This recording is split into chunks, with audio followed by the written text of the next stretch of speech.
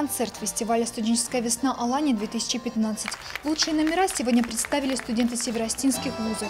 Свои таланты ребята продемонстрировали в музыкальном, танцевальном, театральном направлениях, а также в оригинальном жанре. Молодцы руководители, что в год 70-летия нашей Великой Победы на сегодняшней студвесне очень много патриотических номеров. Это и вокал, это и сценки. И мне безумно это понравилось. И это, безусловно, хорошо, замечательно, и так оно должно быть. И мы должны этот подвиг не то что помнить, мы его должны нести на руках и передавать это нашей молодежи дальше.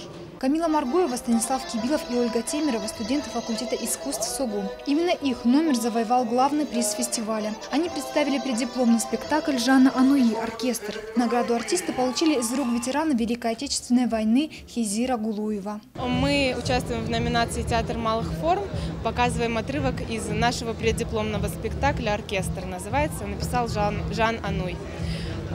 Отрывок небольшой, но нам показалось, что именно этот отрезок их жизни будет интересен зрителям. Нам, как актерам, было очень волнительно выступать в этой номинации, потому что было бы очень обидно и горько, что ли, если бы мы не заняли первое место. В этом году уровень подготовки команд значительно выше, отмечает жюри.